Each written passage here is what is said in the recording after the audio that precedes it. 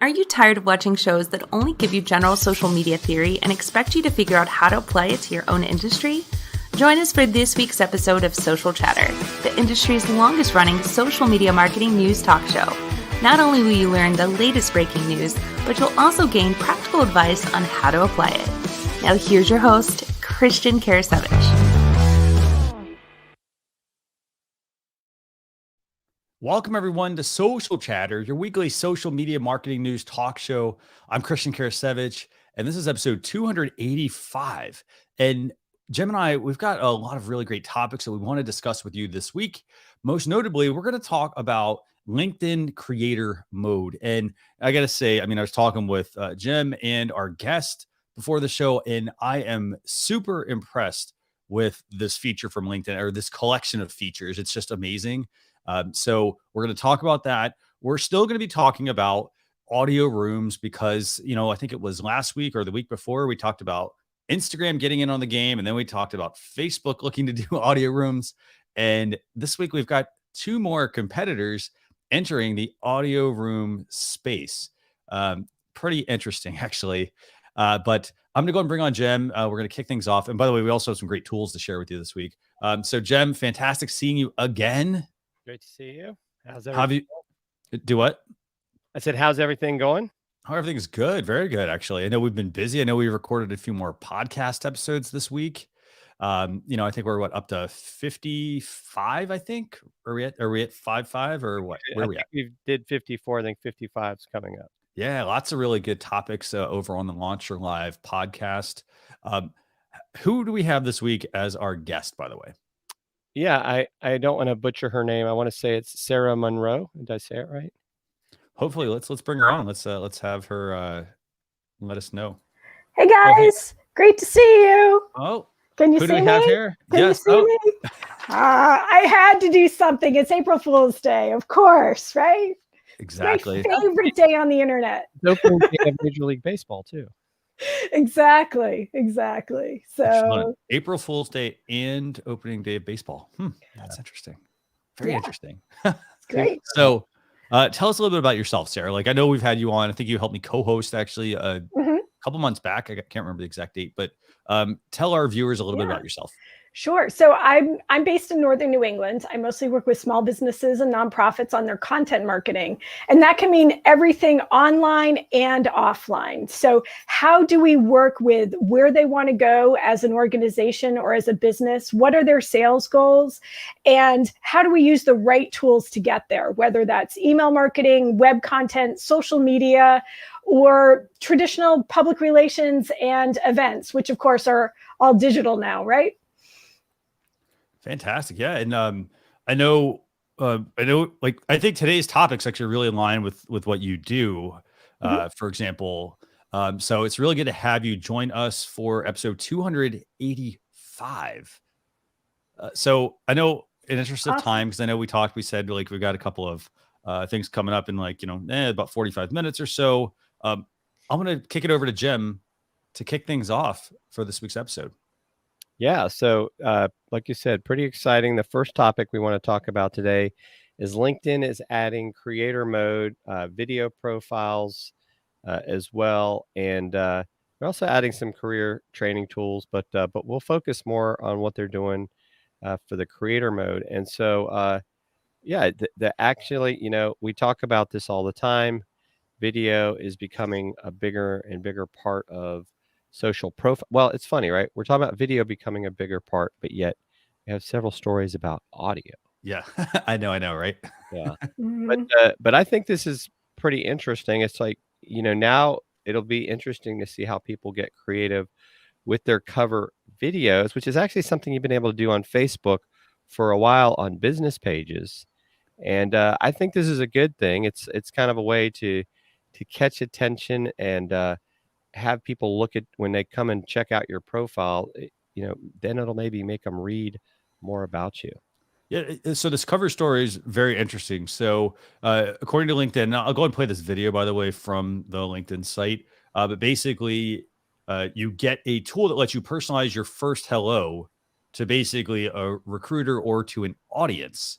And then with that, once you've actually added a cover story, as they're calling it, they're going to, and this is interesting, they're kind of borrowing this, I think, from Twitter. They're adding an orange ring around your profile photo, and a preview of your video will autoplay silently within your photo frame. They said they like to think of it as the Harry Potter effect. So I think this is actually pretty cool. I'm actually very interested to see how this is going to work. It gets me thinking though, do I need to, well, what it makes me think about is, do I need to now have like a bit of a cheat sheet for colors? Because on, LinkedIn, when I have a cover story, it's going to be orange. On Twitter, if I'm using Twitter Spaces, it's going to be purple. Does Facebook have this as well, Jim? I can't remember if they do. I have seen some people that have put a little video in their profile, but I think it's very short. Yeah. Mm-hmm. This is pretty cool. What do you all think? I mean, is there a lot of usefulness to this? What do you think, Sarah? I think it's a great way to have your personality come across. It's terrific for me. I work in public relations. I'm often the spokesperson for events or organizations, talking to the press. It gives people who potentially might hire me a chance to see how I am on camera, hear my voice, hear my point, sort of put out there how I come across on video. I think it's a great way, to be a little more authentic on social media, which we always talk about all the time, is being more authentic. But I think it's also a way to supplement what you put in your profile. When we're interviewing for jobs, interviewers often ask about your past experience. This is a chance for you to share your personality and how you might be forward thinking, how you solve problems, come across with some energy and enthusiasm that they may not even ask you about in an interview. And what do you think? You gonna be using this? I haven't seen if I have access to it yet. Because I know that it's always updating. I did use the audio feature that they already had, where you can, for people to pronounce your name, but you could actually say a little bit more. Mm-hmm. That's something that I definitely used. And being someone that has LinkedIn Live, I'm curious to see how, they're also, the other piece of this is that your video is going to play in the cover area. Apparently. Yes, I'm excited to talk about that one as well. Yeah. So I think overall, I mean, for the cover story, and this will get to some of the questions we have for Sarah later on. I think this is a really, I will say this, it's time to update those webcams, because, for most people, they're using the built-in webcam on their laptop. Maybe they've updated to an external webcam, but I would recommend, maybe use your phone, for example, get some really good natural light. Spring's coming. So, get some good natural light and record, dress professionally, by the way, too. Make sure or at least from the top up, right? So dress professionally, put yourself together, and then record that video, I think. I think that's something you're definitely going to want to take advantage of with this cover story feature. With that, though, I want to move into the second part of this LinkedIn creator mode. And it's this one. Jim, do you want to introduce this one, actually? So we got a couple of features, but which one do you want to talk about? Yeah, let's go ahead. Yeah, so we'll go ahead and talk about that. Let me see if I can find the exact piece on this. So there's two parts, I think. There's so creator mode goes into the ability to customize your profile. So they're going to actually change. You turn creator mode on, right? So maybe we could talk about that one, I guess, first. And different than influencer too. Creator is different than influencer. We should say that as well. Influencer, LinkedIn picks that. Creator, you can pick. Very cool. Yeah. So let's bring up. I'm going to go ahead and bring up this one, actually, so everybody can see this. So this is the creator mode, basically, and so you're basically enabling it on your profile. And what it's doing is or Sarah, do you want to explain this maybe? Sure. It's a new feature so that you can be highlighted more as a creator. So if you think of it in the YouTube terms too, right? It's bringing that authority and tag for you, saying, "Hey, I contribute to the LinkedIn community. I'm putting out a lot of video content and really good expertise. And check this out." Hopefully, having that creator tag may elevate you in the algorithm too. I have a lot of friends who do LinkedIn Live. They do a lot of basically they take their webinars or their interviews with experts in their field and they put them up on LinkedIn. This is a great way to get that extra boost and to really fill out your LinkedIn profile for whatever it is. For instance, a friend of mine is an executive coach, and so she does these weekly interviews or weekly inspiration pieces where she shares her knowledge. And hopefully this will get her seen more on LinkedIn, because that's where most of her client base are on LinkedIn. Definitely, yeah. And with creator mode, by the way, just a couple of quick points here. You can add hashtags to indicate the topics that you post about the most. For example, if you're into mentorship or design, you can also, when you do enable creator mode, it's also going to make some adjustments to your LinkedIn profile. So it's going to move, and that's what that screenshot's showing. It's actually going to move the featured and activity sections to the top of your profile to more prominently display your content. And then it's also going to change the connect button to follow to help engage your community and build a following. That's kind of interesting, actually. Changing connect to follow. I think follow is already there, isn't it? For people who are like a CEO, for example. Right. Anybody can change it to make it follow that's what I did. And that's more because what happens, and you're still going to get it. It makes people have to go look for the connect button. Right. Where follow that way, because then that way they can't necessarily start spamming you, which we see a lot on LinkedIn. So anybody can set it up to make follow as what shows up first. I'm not seeing it yet in my app to give me that ability, and I have the LinkedIn premium, so I don't know if it's something that's rolling out, but I have not seen the ability to switch to the creator mode yet. So what do y'all think? I mean, if I'm a business, should I be, or if I maybe we shouldn't say business, I guess, like, should people start using creator mode more? What do you think? I think if you are putting out good content, like I said, my friend who's a business coach, if you're putting out good content like that, if you are planning weekly video rollouts, if you are more one-on-one where you can really get that connection or build a community, I think it's a great place for you. So consultants, speakers, coaches, for sure. I still don't know where it's going to fall out for brands, though. Yeah, good point, Jem. Anything else you want to add on that one? Yeah, no, I would agree with what Sara is saying, and I think as you see it already on LinkedIn, I mean, they've had stories for a while. I don't know how many people are using it. Is this going to be another thing that is really focused on the mobile app? I still think you probably have a lot of users that are using LinkedIn desktop. So like on the desktop, you're not seeing stories. And, I think, is this gonna like maybe even muddy up the LinkedIn feed, right? Because you have a lot of people, right, wrong, or indifferent. I would probably be more of the wrong or indifferent. They're so focused on how many their view counts, but is it really moving the needle for your business? And you still have a lot of people, even going back to your earlier comment about like, oh, people need to get webcams or whatever. They're not good at video. So even to create a video for their cover or profile, they're probably going to need to maybe hire someone to help them create a video that looks right, or they're just going to keep, doing it over and over. And there's definitely some things they might want to consider, and so it'll be interesting to see. I think it'll be probably like everything else. There'll be a small percentage that do it, and a lot of other people that'll be like, well, I don't really see how this is going to help me. Well, on the other hand, though, we've had a year of really bad webcams and really bad interviews with bad mics, even on broadcast television.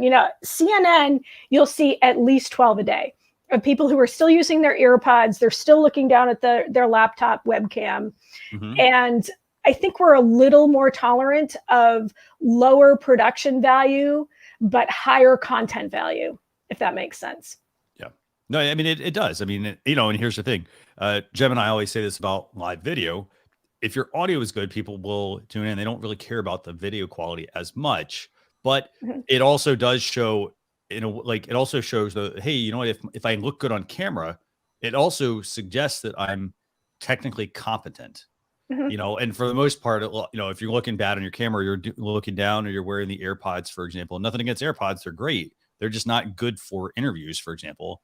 Right. You know, people think like, oh, they sound great. And it's like on the other end, the people are like, turn it down, you know?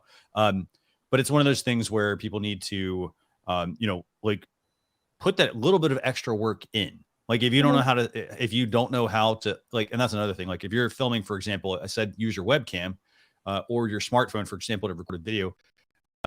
Don't do the like selfie mode of that and try to record yourself. Instead, have somebody, you know, maybe put your camera on a tripod, for example, your smartphone on a tripod, have something that stabilizes it as you're filming it, because you don't want to also then incorporate shaky effect, for example, as well. That can be a little bit frustrating, I think, for people to actually watch. So I like this. And by the way, I do want to also, I forgot I want to bring this up real quick. This is the profile feature. I did want to bring that up and show you guys how this worked. This is the Harry Potter effect they talked about. So basically it's, you know, here's the person's profile. It shows, you know, a quick intro, and then, you know, they can easily just say something. So I think that's pretty creative, the way they're doing this. I think, though, again, to Sarah's point, though, it's going to come down to having a strong message that you're providing, you know, even if your webcam doesn't look good. So Right. really good points. So Jem, do you want to introduce the third part of this this LinkedIn creator mode feature? By the way, I almost called it Instagram. So you're talking about the educational effort? No, it's actually primarily well, you know, let's talk about the educational effort, then we'll talk about the cover stories. Okay. Yeah, well, they're also creating a team-based app called Career Coach that's aimed at students using Teams. They're going to use AI tools from LinkedIn. It's going to help people identify what they're interested in and how they might like to use, you know, pursue it as a profession. And then it'll send them through to LinkedIn and Microsoft's learning content to help them, you know, take some of those classes. So it's interesting. You know, they're trying to stay in the business of driving people to their, you know, their LinkedIn learning, I guess is what it's called. Yeah. And so and I think that's good, right? I mean, as we see more and more, you know, there's a lot of self-education going on.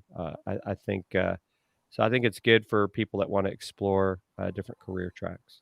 Right. And it should be free always, right? Microsoft has plenty of money. They're getting now we're getting plenty of people into their Teams products, right? That this should always be free. I used to work in leadership development, organizational development. I've worked with volunteer groups that have training. I now work with kids and helping them sort of build even their first LinkedIn profiles because they're inventors and they can put out these great projects. But I think everybody needs that professional development. And I am shocked, even people I know who work for larger companies, well-known companies, even very highly technical companies, they don't have any exposure to professional development opportunities. And this is a place for that. Microsoft has plenty of this. They do plenty of trainings for their employees as well. Just put it online, make it free, and that will get people to come to your platform and use LinkedIn and use more of these tools that they want you on. That's a good point, though, about, you know, education and making sure that it is accessible to people. For example, I love like that. And that's one thing that people need to realize. Like, for example, if you're a small business, you know, and you're trying to like charge for a product, you have to look at like what is actually available on some of these platforms as well. Like LinkedIn's not going to like, you know, they're not trying to crowd you out. For example, they're trying to bring the best of the best in, you know, and then they support that by, you know, all of the money, for example, that company is generating. So, for example, if you're looking to get into courses and you're like, you know, hey, what should I create a course on? You know, you go to LinkedIn and look at like what courses are available for free and see, you know, is that actually, I mean, I'm thinking like, does somebody even go the course route? Do we kind of persuade them to go a different route? Maybe if that content is, for example, already available there on the LinkedIn platform for free. What's your thoughts on that, Sarah? Well, I think some people need even the basics, right? It doesn't matter where you are in your career, especially if you may be a career changer. You may never have run a meeting. So you don't know how to put together an agenda or how to really set the stage. I think it's really important for people who are coming up too. It's a great tool for high school students and college students who may be running clubs or after school activities. How do I do this? How can I be a good leader? And I think there's really a place for the basics. And then I think there's a place for the more advanced pieces too. And Microsoft has a real opportunity to share their knowledge and keep people coming back and to just be a good community partner with everybody and give this to us for free because you're already doing it within your company. Any thoughts you want to add there, Jim? No, I think we've hit all of it. Oh, I have one more idea. Sure. Yeah. Pay the creators. Get some of these creators, pay them a few $100s to take their great live video and make that part of the training as well. Definitely. No, good. Very good point, actually. Yeah. And to add to that, going back to your talk about skills, for example, that people can learn. Here's the other thing. A lot of people, they go into it and they say, hey, I'm going to be an entrepreneur, for example, and they don't have all those skills that they need. What I would suggest is to level up your own skills. Go back to, say, a LinkedIn, the LinkedIn product, so LinkedIn Learning, and level up some of the skills that you don't have. For example, if you're not good at budgeting, for example, I'm sure there are plenty of videos on LinkedIn Learning about budgeting, for example, to help you learn that skill that you can then apply to your business, that you can then use to help you teach other people. Not about budgeting, for example, but for example, just some of your own personal experiences, things like that. So you can level up your skills and then apply them to something else you want to do. So I don't know. I think it's a good feature, but I'm mostly excited about this next feature, Jem, from the LinkedIn creator mode. And this is, how would you put this, I guess, Jem? What would you call it? I'm not sure. I mean, tell me what you think. I'm not sure what I'd call it. So LinkedIn, they've got this new feature where they're going to, if you're using LinkedIn Live, you will now have your LinkedIn Lives broadcast at the top of your profile. So in that hero or that cover photo section. How often do you go to a LinkedIn profile page? Honestly. That is a very good question, actually. Jem, what do you think? I think put me on the spot there.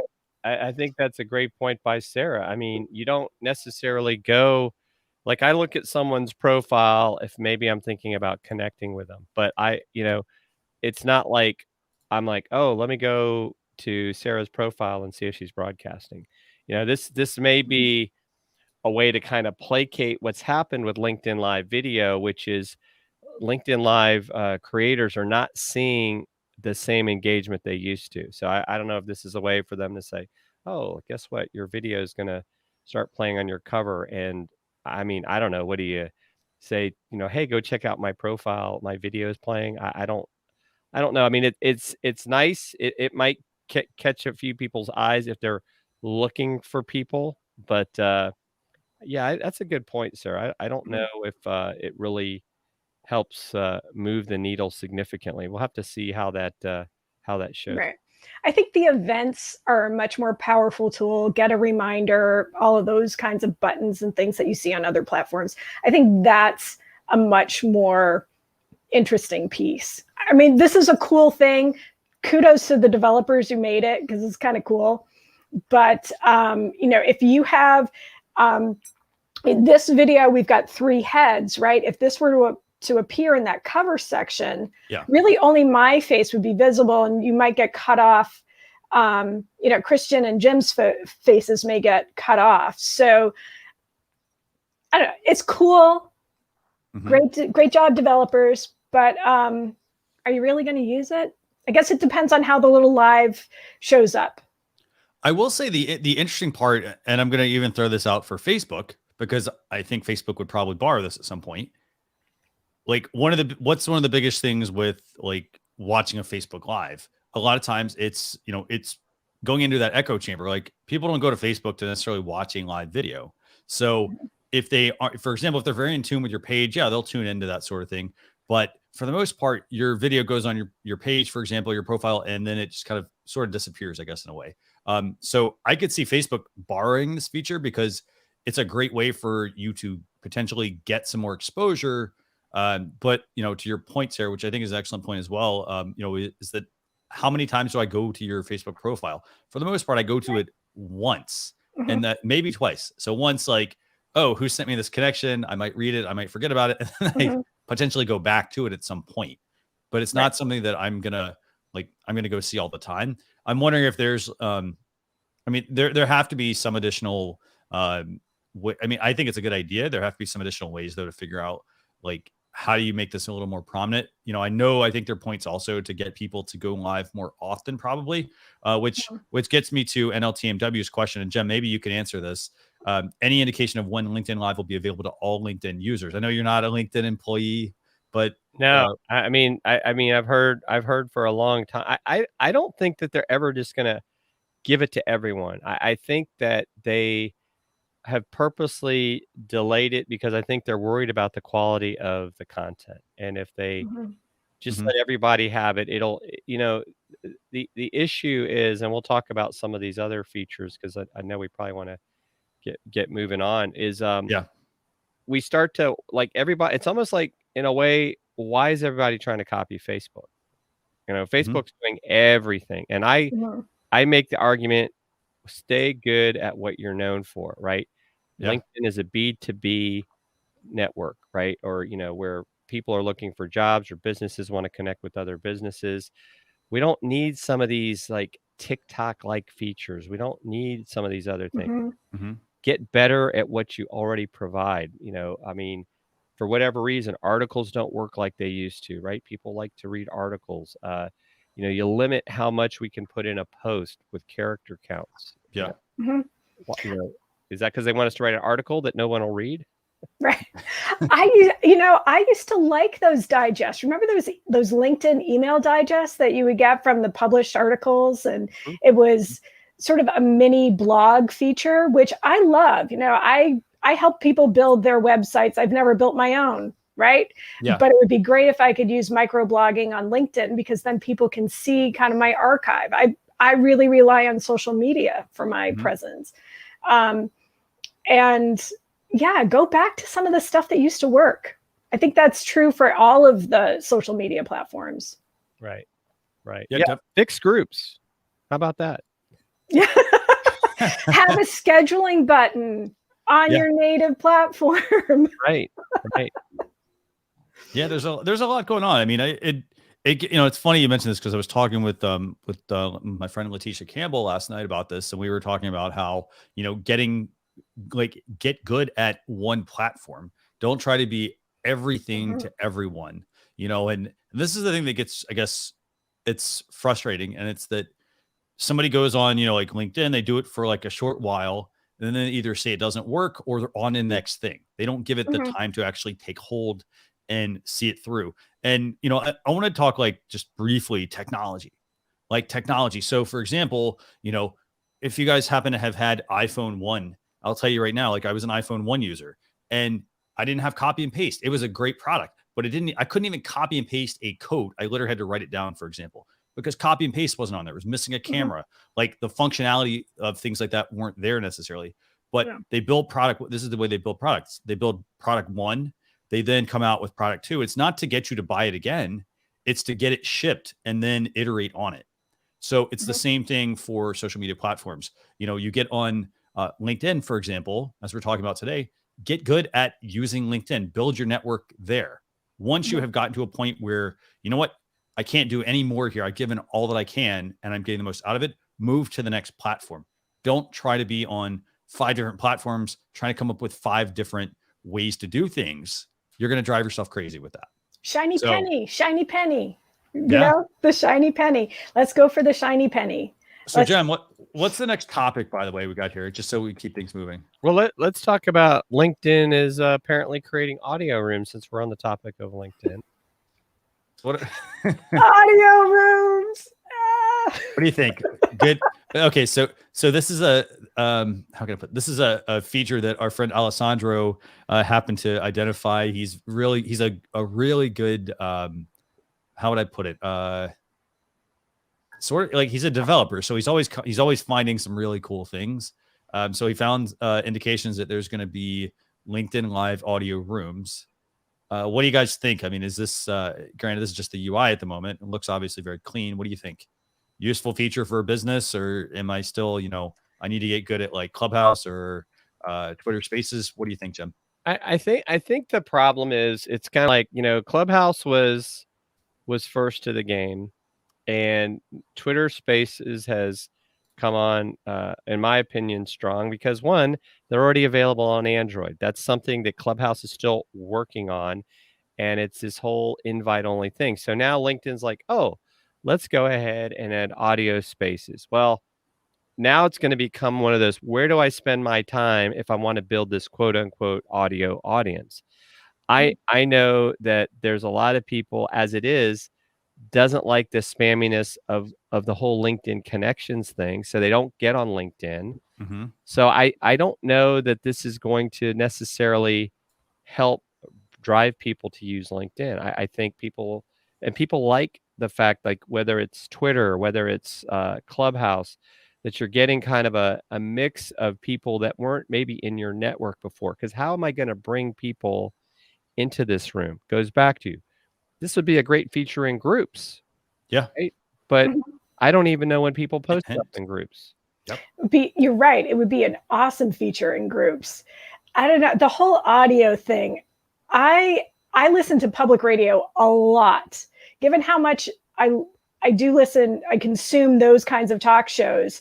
It's amazing how I just can't get into this audio room thing. I've been on Clubhouse for, 4 months now, and the alerts are just, the notifications are out of control. I don't trust their security. So I haven't linked my contacts to the app. And sometimes it's just like, you never know where a conversation is going to be if you jump into something that's really inappropriate. And it's just an unknown network. Unlike Twitter and LinkedIn, I know these people, I know the sources, I've connected with them in some way.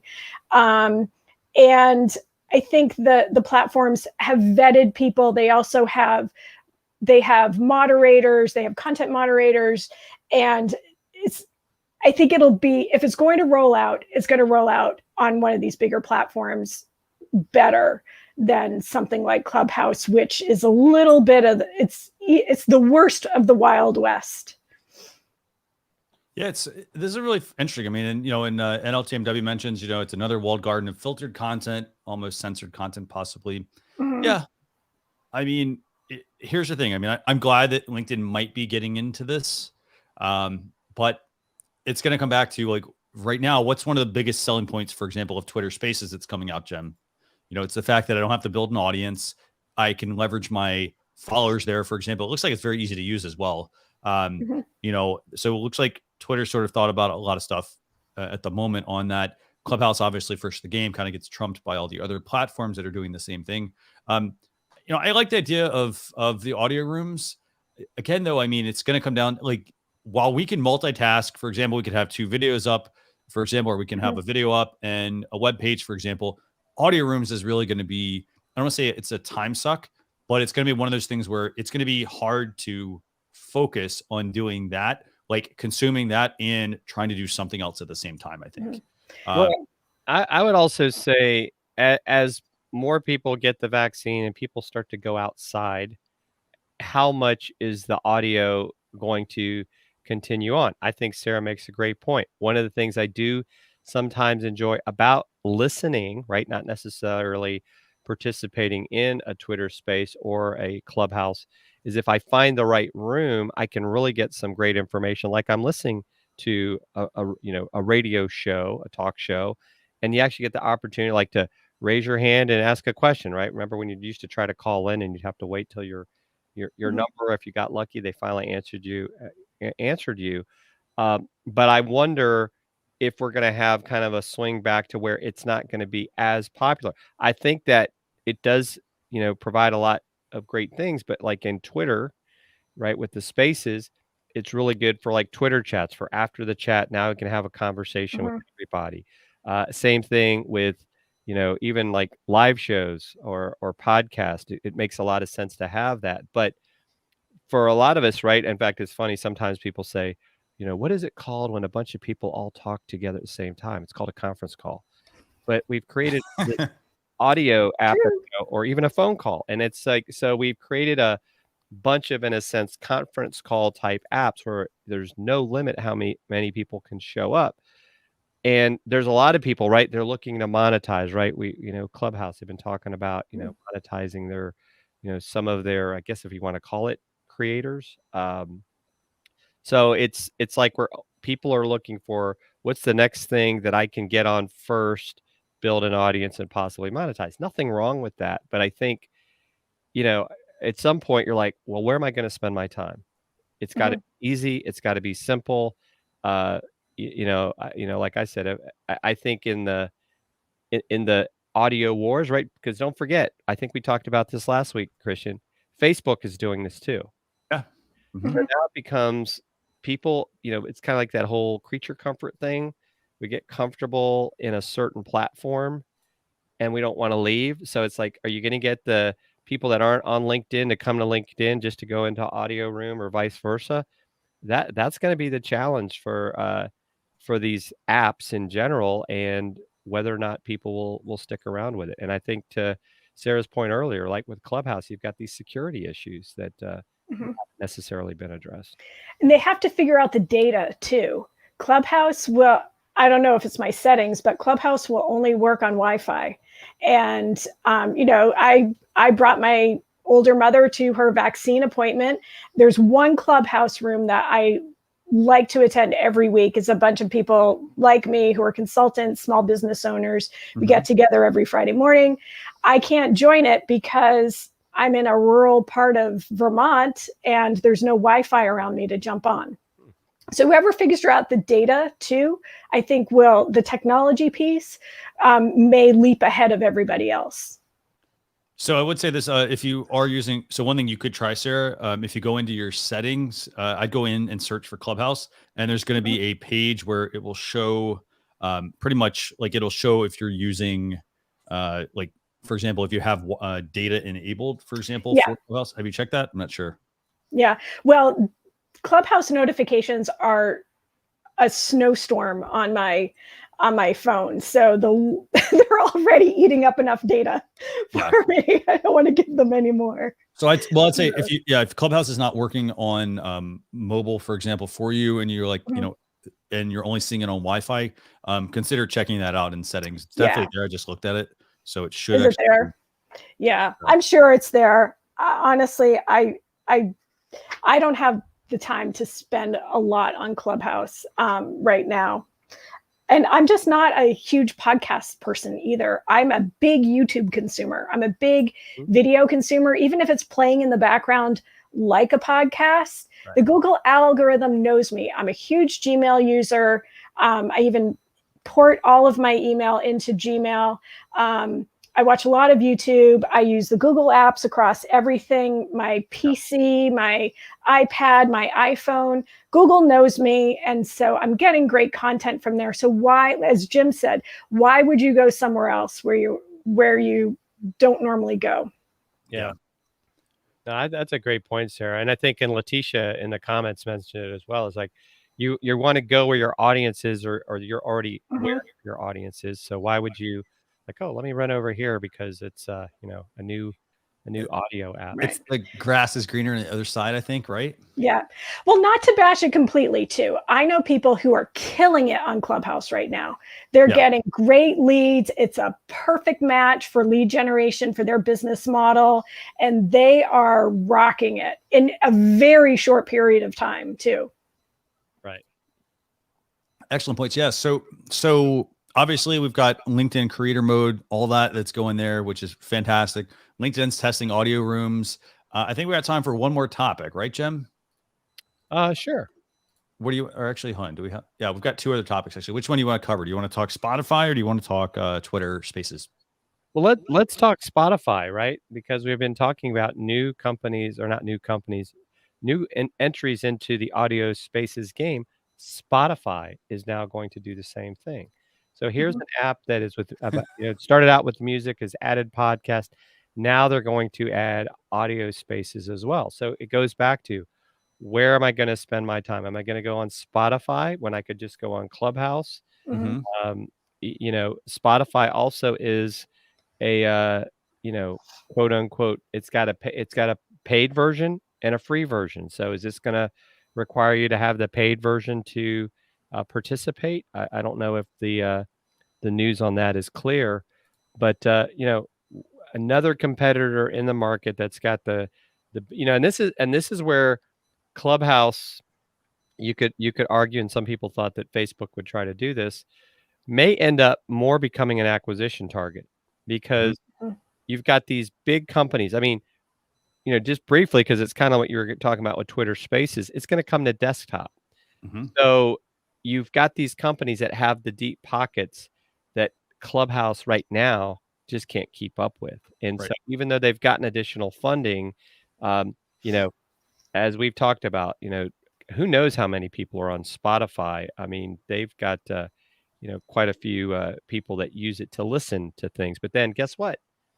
Amazon now has Amazon Music. Who's to say Mm-hmm. Amazon won't decide, hey, we're going to do Mhm. this as well? Because they've already got an audio network with all their Alexa Mm-hmm. devices. Yeah. Right. Excellent points. Yeah. What do Right. you think, And Sarah? I'm starting to wonder. Well, I love Spotify. I am an event manager as well as everything else that I do. So I already have a Spotify subscription. I create custom playlists for the different events. So it makes perfect sense to add this to it.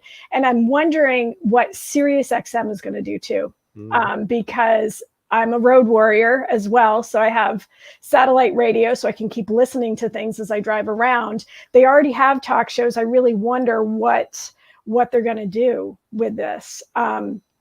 And if there might be a space for other players that are already in the audio space. And what's great about Spotify and maybe some of the others is that they pay royalties. Creators spend a lot of time putting effort into what they produce, and I think it's important to reimburse people. And Spotify does that. XM Radio does that, and hopefully some of the others will as well. Yeah, this is going to be a really interesting thing. I love the points that you're both making. I mean, just about the fact that like these are acquisition targets. For example, it also sort of, the only thing I'm sort of, I'd say, scared about it would be that it fragments the market even further. Because, Mhm. for example, you've got everyone with an iPhone, for example, and Apple's trying to get you into Apple Music. Then you got Spotify, and then you've got can't remember, is Tidal even around? Like, you still got Tidal, for example, which is owned by Jay-Z. So you got that. Then you fragment that even further. Then you have the artist who then says, well, hey, my music's only going to go on a certain channel, for example. Or then I think you're going to have, I think at some point what you may end up having is you're going to have not just your creators, your influencers, but I could see celebrities getting in on this, Mhm. because you see a lot of athletes, for example, they start to launch their own podcast. They could get into something where like, hey, you know what? My audio only room is available on, Spotify only, for example. So then it gets you into that vehicle for that product. But again, I mean, it's fragmentation of people's time. So they're going to have to pick, and they're going to end up not picking. They're going to be overwhelmed by choice, Mhm. to where then they're just going to join all of them or sign up for all of them. And then I think the downside to that is it is going to make it harder for you to obviously, know which platform you need to be on to reach your customers, because they're going to be everywhere, for example, and you're going to be focusing on necessarily one place, I think, which is the right thing to do, but finding smart ways to be on those platforms. I think, though, I mean, good move. I mean, I'm interested to see what Spotify does with this. Any additional thoughts you guys want to add on this one, Jim? No, I think I like Sarah's whole perspective on if people are creating good content on your platform, even if it's this audio content, right, they should be rewarded for that in some way, because ultimately Mhm. who's actually making the money off of it is the company. So Yeah, Right. definitely. I mean, I'm going to appreciate not having to go to 3 different apps, right? Clubhouse for rooms, Spotify for music, and then my podcast aggregator too, which is a little clunky. It'll be nice to bring things together if I can. right. And this is, by the way, a good business opportunity, hint for somebody, to be able to have all these things kind of aggregated a little bit better. So this is pretty Spotify, awesome. are you listening? Yeah, it is. It is frustrating that, like, yeah, like you have certain platforms where, I want to listen to a certain artist. Their catalog, for example, is not available, or there's an album that's not available, for example. So, Yeah. yeah, there's quite a bit. And so, and like NLTMW's Matrix comment here, needs the plug in the back of his neck so he can consume more content. Yep. Yep. The assimilation is coming. It is, yes. So with that, what we would do is I want to move into just a couple of questions for Sara here. And these are in regards to obviously the LinkedIn creator mode, which I think is the big news for the week. And so the first question we have for you, Sara, is like, should users adjust their LinkedIn live video strategy if they're using creator mode? And what I mean, or maybe I shouldn't say like live video, actually, should, like, if they're going to do a cover, if they're going to do so if they're going to use LinkedIn Live, for example, once they get it, should they adjust their strategy? Because that means that your content is front and center, provided somebody knows to go to your profile. Should they be considering also adjusting their strategy? What do you think? I think first and foremost is, if you're providing good content, focus on the content first. Focus on having quality content and explore the tool. If there's any section that they say, here's where you can add something, add it, right? You showed where the hashtags are. It's every time they roll out something new, if there is a feature within that, a question or a space to fill in, it means that they see it as important and that it could build up the algorithm, because we don't know how this is going to impact any of where you show up in people's feeds. So I think it's really important when you're going through the checklist of setting this up that you fill every space. It's like the application, like if you're ever a grant writer or anything, you don't leave anything blank, even if it is, this is not applicable to us, thanks for asking, or something like that. So I think that's really important. Really focus on your content. I can't say it enough. You hear us say this probably week in and week out, is be authentic, have good content. So put your energy into that. And if it makes sense for you to be on LinkedIn and use LinkedIn Live, then use it. If you are focusing on other pieces right now, know that this is in the background and keep doing the good work where you are. And if you have video in your strategy, then find a way to fold this in if LinkedIn is where your audience is. Excellent points. Yeah. So the second question we have for Sara is in regards to the LinkedIn video cover story that they're rolling out. It's the ability to, record a short amount of video for people, to kind of give that first impression essentially of you. What should somebody include in this? And, I find this one really interesting because I don't want it to get to the point. I hope it doesn't get to the point where people are changing their video every single day, for example. Right. But what should they include in this video cover story? Any ideas? Sure. And my hope too on that strain of changing your video every day, also don't be that canned wah elevator pitch, right? Unless that is your industry. So I think when you're thinking about the video profile, think bigger first. Think, who am I? What do I have to say? And think of who's going to be watching this. Typically, it's going to be, if you're a job seeker, it's going to be recruiters. So where are the places that you want to work? What are they looking for? And make sure that your video speaks to them, right? Especially if you have a live application going on right now, and you know that people are going to be looking at your LinkedIn profile. Customize that video for that job, right?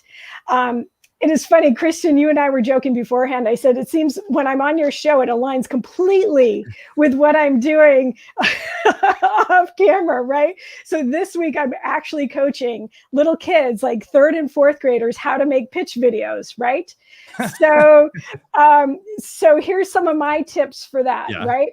First, record your first piece and then throw it away, right? Okay. Because typically that first piece, you're going to say, hi, my name is Sara. I live here. I do this, right? Mm-hmm. Throw that away and be fresh. This is a chance for you to really stand out and to complement what you say in your LinkedIn profile, right? So LinkedIn has all these great sections.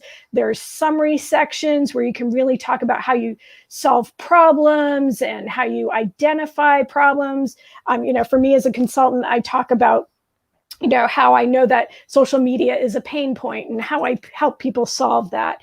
You can put projects into different job descriptions. You can use search engine terms so that the recruiter bots find you, right? But the video is where you can come through, right? And so what I say to kids is sit big and stand tall, right? Right now I'm standing. I'm not sitting for this. You may see me fidget around a little bit, but that's okay. I would say have your interview mode. Christian, you had mentioned, dress well, have a good background, have good lighting and good sound, because people really need to hear, they want to hear what you have to say, make sure that they can, right, with a good microphone. And use what you have.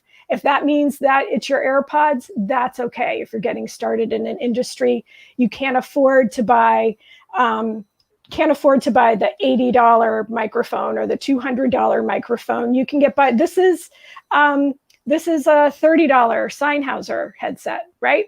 Yeah. Because my other great microphone, along with my ring light, failed 5 minutes before this went live. So you adapt and you adjust, right?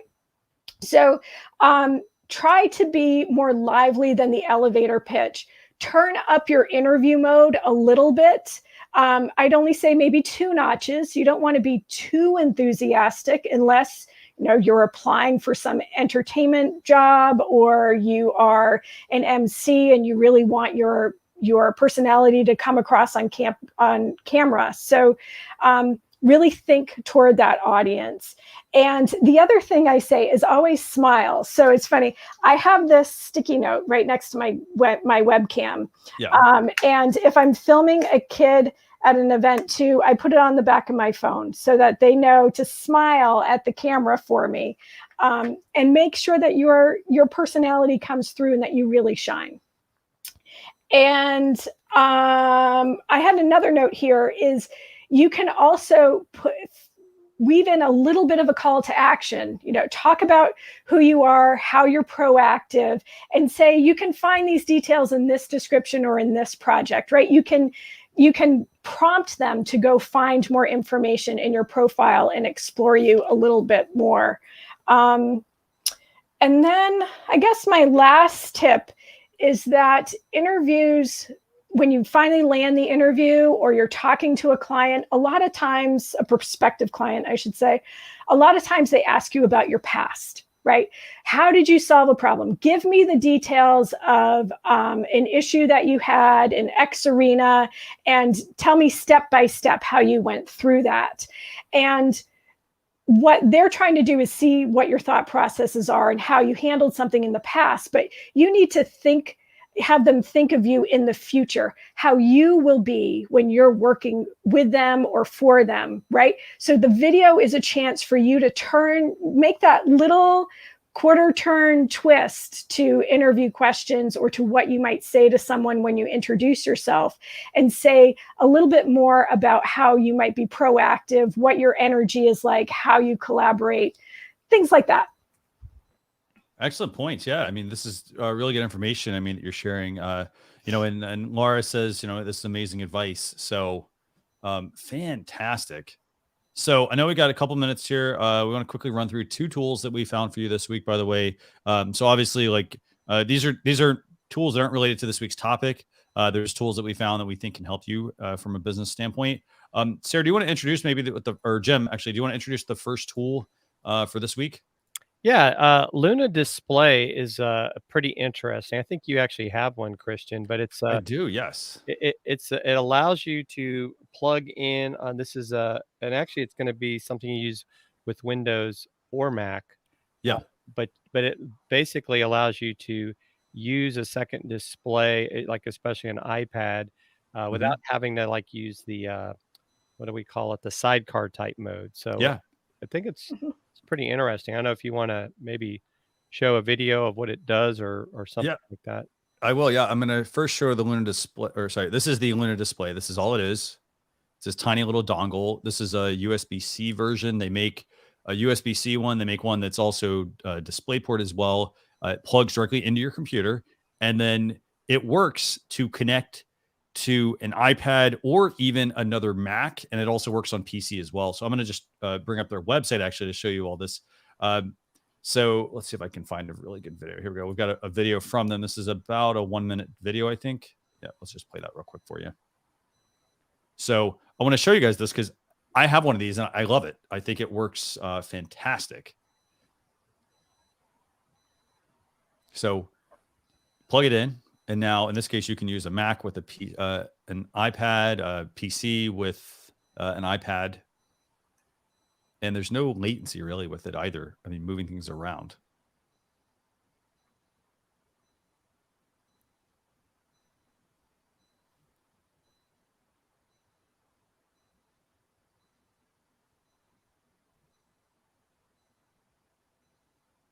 So this is the Luna display. It's about $80. So it's $80. The PC version they're working on, and that's I think like $70, 60 or 70. I think it's about 60. But I love this. I mean, the fact that I don't have to, for example, go buy and I mean, monitors are cheap, but this is super portable. Sarah, I know you were talking about this with me. Yeah, take my money. Take my money. I'm a little bit of a road warrior when I'm not in lockdown. I'm a road warrior. So I'm working in Vermont, New Hampshire, and Maine any given week. And some places where I visit frequently, I have second monitors, right? They're usually my old ones that have, they're not great for my day to day, but it's nice to have a full size document on those monitors. And I'm a PC user and I have an iPad. So this allows me to still travel with my iPad and not have to worry about a second monitor. I have a big laptop screen. It's kind of ridiculously large because I do travel. And what's great is that I can keep my email open on my iPad or something else open on my iPad and just drag it back and forth. So, and I love that it works with an Apple product and a PC product. Love that idea. And I'll say this, I mean, the latency there, that's the delay usually. It's minimal to the point where like I can drag a window back and forth as if it's connected directly to my computer. I will say there's one little small caveat to this. And that caveat is if you're using, for example, the new M1 MacBook Pro or MacBook Air, they only support one display.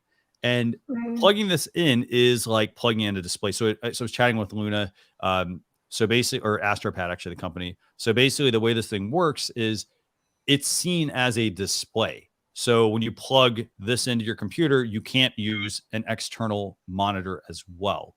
So it's one additional display, but it's super portable. You throw this in your bag, you carry your iPad, because typically what are people going to do when they go places? They're going to take their laptop, they're going to take their iPad.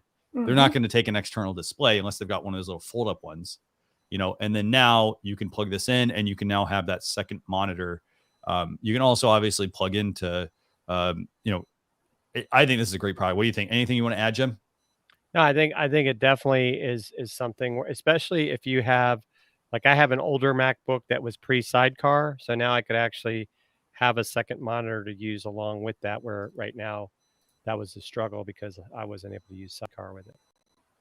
Excellent point. Yeah, and it does work. I also used it with another Mac as well, just to test it out, and it works fantastic, even with the older Macs. So you may have, for example, this is the USB-C model. So what you may have to do is you may have to get, for example, this is still USB-C, but it's a USB-C, USB-A to USB-C adapter. For example, you just need the opposite of that, which is the USB-C to USB-A adapter, but just plug one of those in, works fantastic.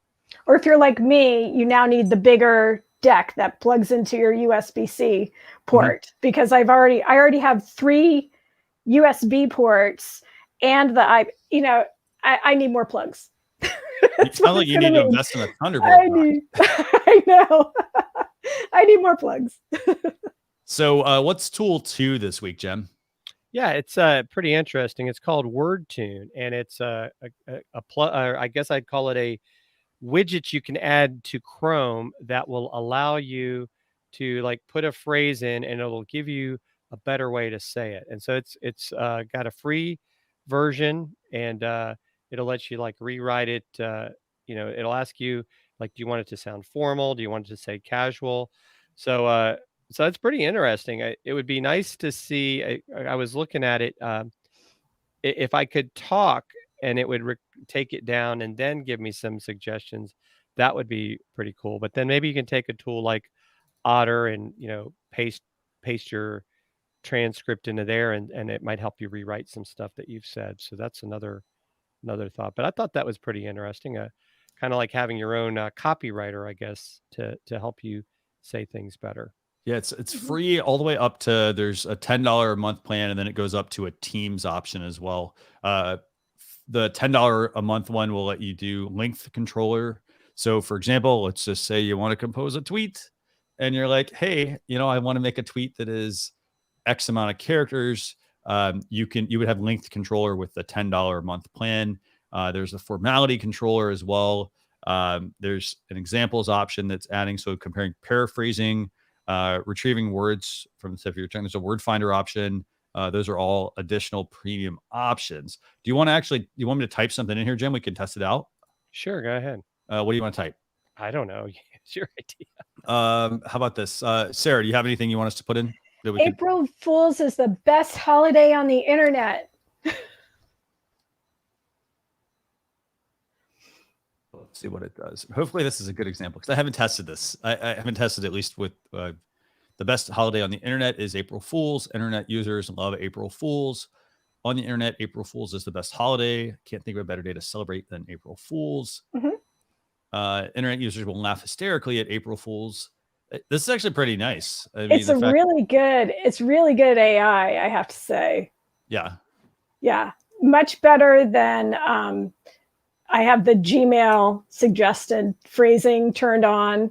Like I said, Google knows me. And so they know what my phrasings are and just say, do you want to finish this sentence this way like you do in 80% of your emails? Yes, I would. Thank you. So I wonder, does it learn your writing habits, or is it just their own big question AI?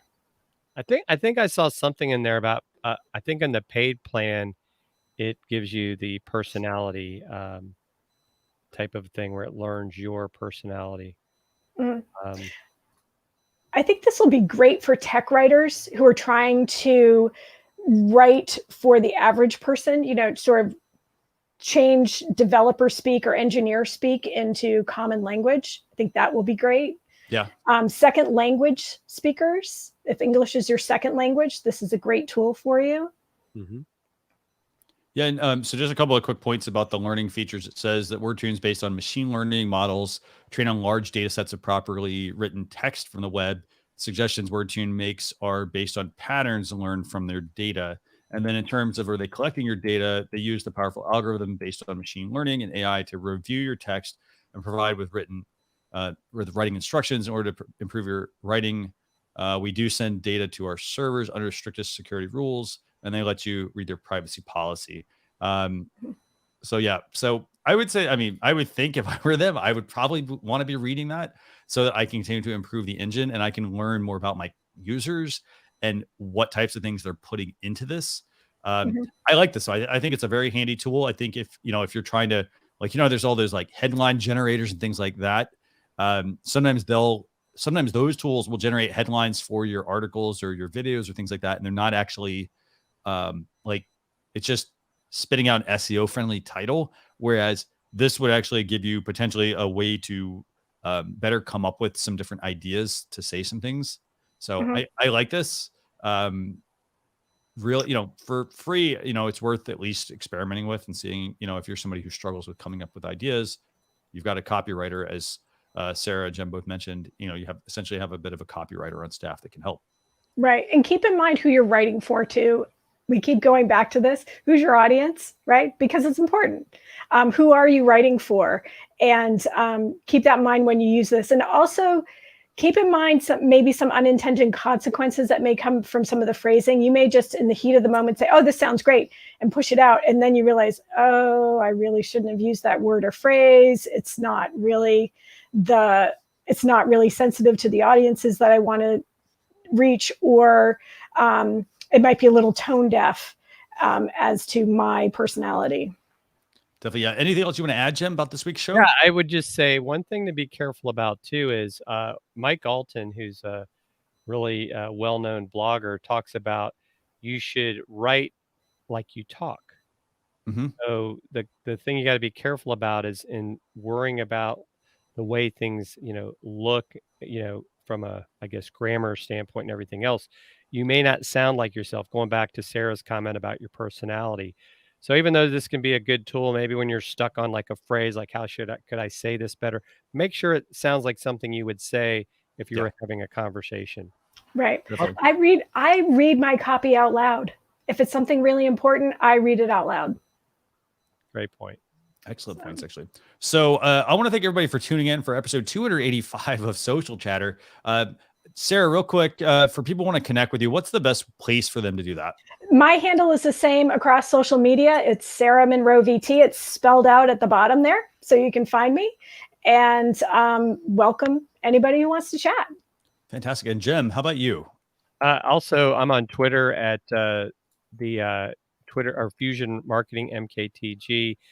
You can also find me on LinkedIn under Jim Fuse.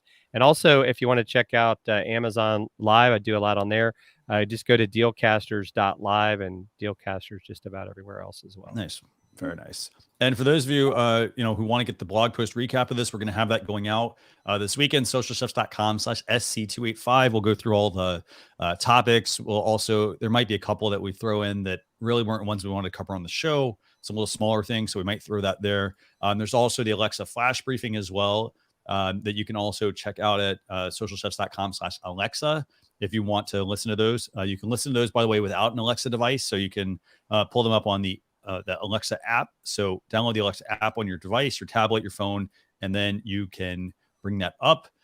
Just a couple of quick reminders. We've got next Thursday, a little earlier show. We got Letitia Campbell joining us, 8 a.m. Eastern Standard Time. You probably have seen her in the comments. I do a live show as well, live stream reviews over on StreamYard's YouTube channel. So we're going to have her join us next week. And that'll be on youtube.com/socialchefs or facebook.com/socialchefs. Hope to see you all there, but have a great weekend, everyone. And we will see you all next Thursday, 8 a.m. Eastern Standard Time. Thanks a lot. Bye.